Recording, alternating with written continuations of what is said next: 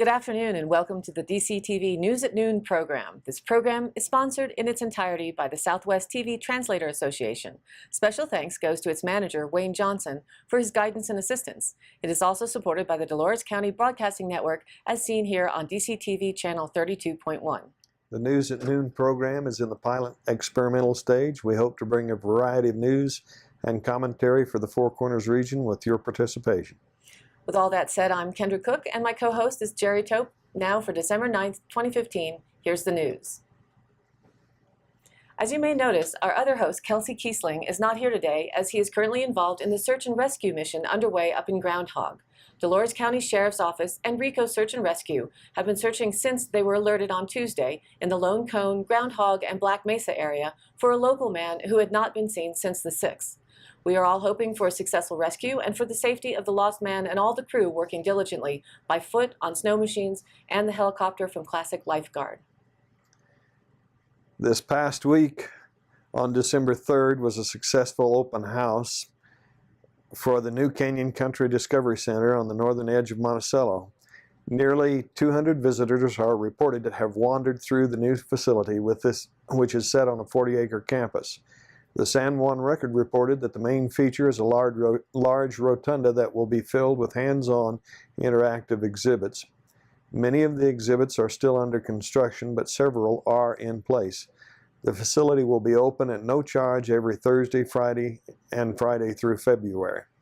Organizers seek kids to come to the center on these Thursdays and Fridays to test the exhibits as they continue to roll them out. In addition, the rotunda, the facility features a climbing wall, a gift shop, a classroom loaded with lab equipment, a reading nook, and a large community area with a catering kitchen.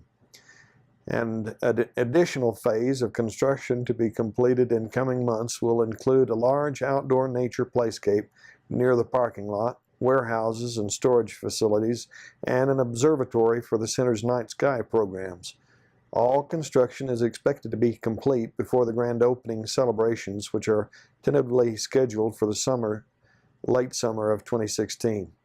This multi-million-dollar project is the new campus for the Four Corners School of Outdoor Education and will house exhibits and programs designed to educate visitors, students, and residents about the Colorado Plateau. It has 4 main programs, including the Discovery Center. Additional programs include the Canyon Country Youth Corp, which employs 70 local youth each year in fence building and tree thinning projects on local public lands. The Plateau program is a teacher development program for K-8 teachers in the Four Corners states. Hundreds of teachers have received training over the years on integrating outdoor education into their science curriculum. Southwest Adventures is the 4th program offering education-based tours in renowned sites throughout the area. As reported in Live Science, a surge in cases of a serious but rare bacterial disease called rabbit fever in 4 U.S. states has doctors puzzled. Over the past 2 decades, about 125 yearly cases of the disease, also referred to as tularemia, have been reported in the United States. But already this year, through September, there have been 100 cases in just 4 states, according to a report released December 3rd by the Centers for Disease Control and Prevention, or the CDC. Those cases involved people ages 10 months to 89 years. In Colorado, 43 cases, Nebraska had 21, South Dakota 20, and Wyoming 16. One man who was 85 died from the disease, and 48 others were hospitalized, according to the report. In Colorado, for example, the number of cases this year is nearly 10 times higher than the average number of yearly cases in that state between 2004 and 2014.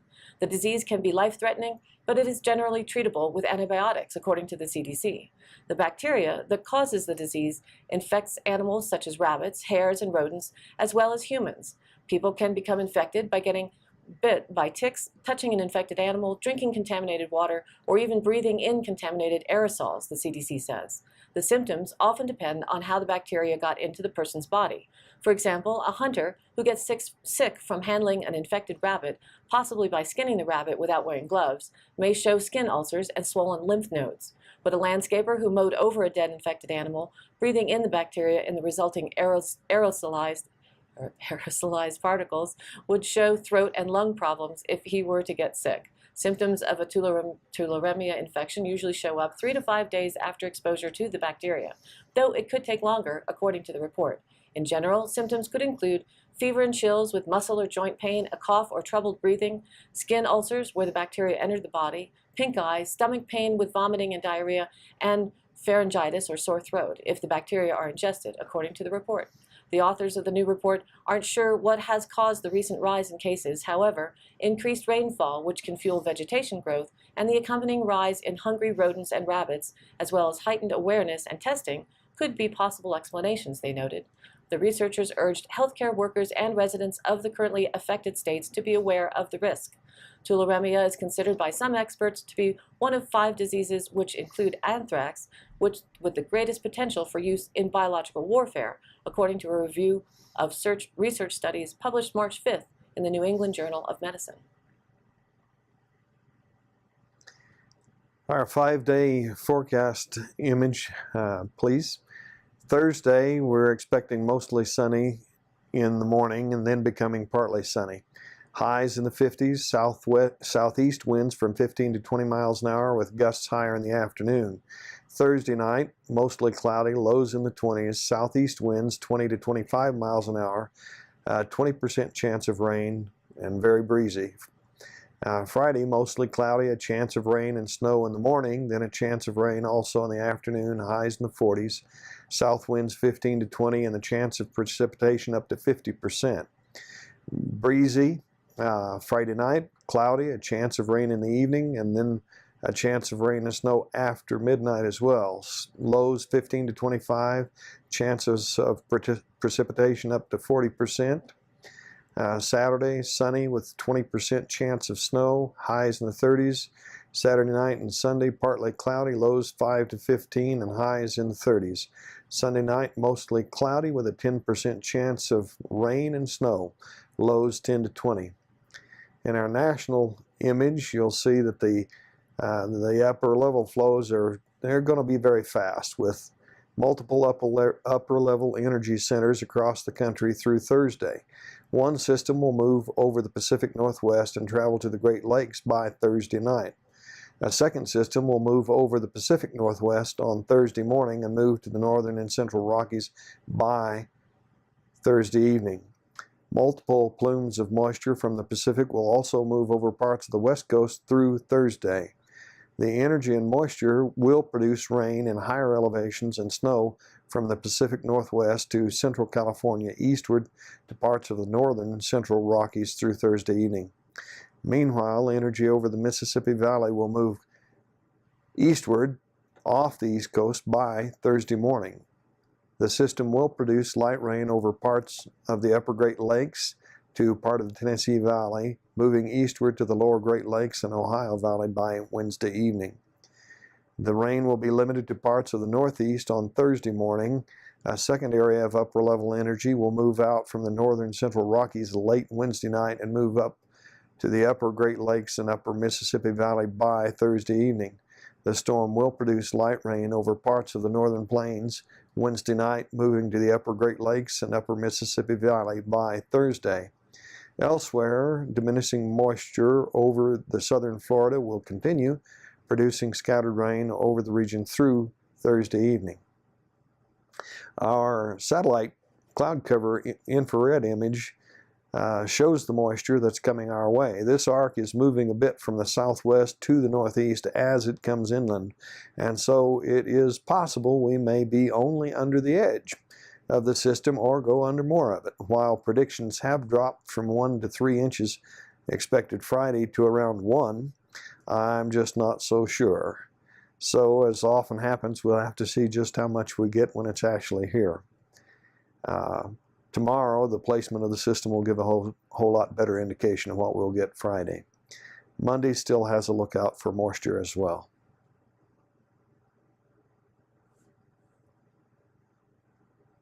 From OnSnow.com, it's reported that ski resort's golden anniversary season has already seen plenty of white gold coating the slopes of the delight of skiers and snowboarders. The southwestern Colorado ski area located 25 miles north of Durango in the San Juan Mountains, started its 50th ski season earlier than recent years. Aside from excellent early season conditions, Purgatory has a new owner, James Coleman, who is a Durango local, diehard skier, and dedicated to taking the resort to the next level while keeping the focus on what has helped Purgatory endure, the skiing and snowboarding. Though now 50 years old, Purgatory is a fully modern ski resort, and millions of dollars were recently invested to further improve the skiing and riding experience. Upgrades include the new Legends Lift 8 high-speed quad chairlift, officially opening December 19th on the backside of the mountain, replacing the old triple, 2 new trails off of Rays Ridge, a new intermediate trail to access the bottom of the Legends Lift 8, and new snowmaking infrastructure. Additionally, the ski area, formerly known as Durango Mountain Resort, was renamed when Coleman took the helm. Quote, "When the ski area was founded in 1965, it was called Purgatory, and I believe the Purgatory name and all it represents have a special place in the hearts of locals and longtime guests," said Coleman. "With this season being Purgatory's 50th anniversary, we thought it was appropriate to officially change the resort's name back to Purgatory." Locals Benefit Day is on December 13th, and the official opening of that new Legends 8 quad chairlift will be December 19th. So, where to go for Christmas? This is the big question that beckons newsrooms to generate top 10 lists. On a Newsmax overview, they selected destinations as determined by uniqueness, wholesome family-oriented events, and activities rather than just the largest number of visitors. Durango snagged a spot on the top 50 best Christmas destinations, predominantly due to the spectacular Durango and Silverton narrow gauge railroad Polar Express rides. Another Colorado attraction hit 16th. The 12 Days of Aspen event turns this ski icon into a winter wonderland with lights, horse-drawn sleighs, wagon rides, and a visit from Santa, live reindeer, an ugly sweater party, and a concert by Burt Bacharach and fireworks. Seems like you couldn't beat that. However, the number one selection was Christmastown, USA in McAdenville, North Carolina. According to Newsmax, it goes all out to give a once-in-a-lifetime Christmas experience to the 600,000 people who regularly show up. With 375 Christmas trees, more than 450,000 twinkling lights, free kettle corn and hot chocolate for the first 1,000 people who arrive for the lighting and Yule log ceremonies, and a sparkling, dancing fountain of light in the center of its lake. And in more of the list genre, Durango was also allocated 8th place in the top 10 list of the most redneck towns in Colorado, as seen on the website Road Snacks. That designation came from the high number of bars, tobacco stores, and fishing gear and ammo outlets per capita. Manitou Springs, Trinidad, Pueblo, and Holyoke also hit this list. And a little closer to home, the site says that after analyzing all 103 cities with a population over 5,000, this list is the 10 worst places in Colorado. With Pueblo topping the list, Montrose came in at 4th, 6th for Grand Junction, and 8th for Cortez. With a population of 8,453, Cortez's unemployment rate suggests 6.8%, with an average home price of $153,200 and household income just over $39,000. They said that Cortez has a Walmart supercenter and an airport, but that's where the excitement level ends. It's out in the middle of nowhere in southwest Colorado, so even if Cortez residents had disposable income, there wouldn't be much for them to spend their money on, except weed maybe? Well, we all know better than that. The very reason people do enjoy living in these rural corners of the world is the remoteness away from the commercial hustle and bustle, and to get out and enjoy the beauty that nature offers all around us. In Utah sports, as reported by the San Juan Record, the San Juan girls basketball team spent the weekend playing in the Jerry Richardson Memorial Tournament in Shiprock, New Mexico.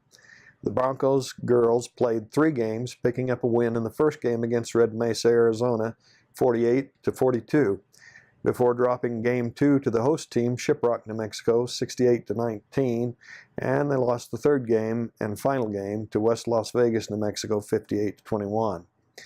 In addition to placing 4th at the tournament, Morris and Krista Grover were both named to the all-tournament team.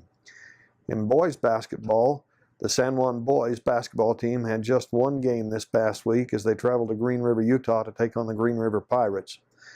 The Broncos took control of the game early, and they never looked back as they picked up their second win of the season, winning 66-44. San Juan will travel to Mount Pleasant, Utah this weekend to play in the North San Pete tournament. And wrestling officially got underway at San Juan High as the Bronco wrestling team participated in the Moab tournament last Friday and Saturday, December 4th and 5th. The two-day event was hosted by Grand County High School and held in Moab. The Broncos did well with 5 wrestlers placing, including Shaden Sherrill, 5th place at 106 pounds, Grain Simpson, 3rd place, 160 pounds, DJ Howell, 4th place, 160 pounds, Coleman Black, 5th place at 182 pounds, and Tanner Black, 6th place at 195 pounds. Up next for San Juan will be a road trip to Dove Creek, Colorado on Friday, 12th, to participate in the Dove Creek tournament. And speaking of Colorado local sports, as reported in the Journal, the MCHS Panthers traveled to Grand Junction on Saturday for the Colorado Mesa University Duels, competing in duels against Cedar Ridge, Olathe, Rangeley, Meeker, and Paonia. Freshman Stevie Fuentes was the lone Panther to go undefeated on the day, finishing with a 5-0 record in matches in the 106 and 113-pound weight classes. Jared Gray and Victor Perez finished at 3-2, and Ramos was 4-1 on the day. In Mancos, the Mancos Blue Jays began their season at the Moab Invitational. The Blue Jays finished 10th as a team and were led by senior Drew Morgan and junior Richard Martinez. Morgan finished in 2nd place in the 160-pound class with a 4-1 record, and Martinez took 3rd, also finishing with a 4-1 record and winning the 120-pound 3rd place match by tech fall. Austin Howerton placed 6th, Ricky Lobato was 7th, Nick Valles and Everett Straza Whalen finished both 10th, and Jake Skinner was 16th. The Dove Creek Bulldogs also competed in the Moab Invitational, finishing 3 spots ahead of Mancos in the team standings in 7th. Senior Case Bauman led the Bulldogs with a 1st place finish in the 132-pound division and a perfect 5-0 record. Rhett Quackenbush's sole loss came in the championship match of the 120-pound class, finishing 2nd with a 4-1 record. Ricky Adams' 3-2 record was good for 4th place in the 170-pound division, and Logan Myers finished 14th at 126 pounds. And finally in Dolores, the Bears opened at the Flagstaff tournament featuring 17 teams from 3 bordering states. With only 7 wrestlers, the Bears were just 2-6 as a team in duels, but they did have individual successes. Gage Reynolds was 9-1 on the weekend and took 1st place in the 160-pound class, and Brandon Ward finished at 8-2 and 2nd place of the 113-pound class. Austin Hackney did not qualify for the tournament, but at 132 pounds, he went 5-3 in duels. The Bears were back in action on Tuesday at the Shiprock Duel. We told you recently that the Bardee Wranglers would be holding their Christmas Jubilee at Lewis Areola tonight, Wednesday at 7 p.m. But if you can't make that one over in Utah, the San Juan Record reports that the Bardee Wranglers will present their program in Monticello on Monday, December 14th at 7 p.m. in the high school auditorium. If you're not familiar with the group, they perform a music and comedy stage show with songs of the Old West, lively instrumentals, and knee-slapping comedy. The widely known Bardee Wranglers are a Western music singing group from the Bardee Chuckwagon Suppers in Durango, Colorado. The group has performed for over 2.5 million guests at their Durango location and on countless other stages and venues around the U.S. The group began performing at the Bardee Chuckwagon in June of 1969 and continues the tradition nightly throughout the summer months. Blue Mountain Entertainment hopes you enjoy the show as much as the Wranglers enjoy performing for you. Blue Mountain Entertainment and Kigalia Fine Arts season memberships will admit you to this event, or tickets may be purchased at the door. We want to make sure everyone in the Dove Creek area is aware of the up-and-coming Saturday, December 19th annual Community Christmas Sing-Along held at Bryce's Old Pinion. It starts at 7. Instruments and voices are welcome. There will be hot cider, and you're encouraged to bring cookies to share. Before the music starts, there'll be an art opening for Cody Lyons, starting at 1 p.m. A marvelous artist, she has just recently renovated a part of the building for an art studio. You've been to this event, yes? Yes, several years running. Linda plays flute with the group. When this Christmas event happens, if you're a musician and you want to carry your instrument in, you'll be able to join in and play right along. We sing as we know the songs, and whatever comes up we sing to. Requests are taken. Everybody has a good time, cookies and drinks and talking and fun. Mm. It's pretty informal, and come along. Try it out for yourself. Hope for some good weather for that, so everybody stays warm going out there and safe. Right. That's a little ahead of it. Next Friday, a week from Friday. Is that when it is? The 19th? It's Saturday, a week from Saturday. So A week from this Saturday, beginning at 7, right? yeah, 7 p.m. So that'll be great. Well, again, thanks for tuning in for this show. It's aired live at noon and rebroadcast at 2:30 and 8. And you can also rewatch it on YouTube at the DCTV News at Noon channel. For Jerry Tope and Kelsey Kiesling and all those working to bring you DCTV and the News at Noon program from Dove Creek, USA, I'm Kendra Cook. See you next time.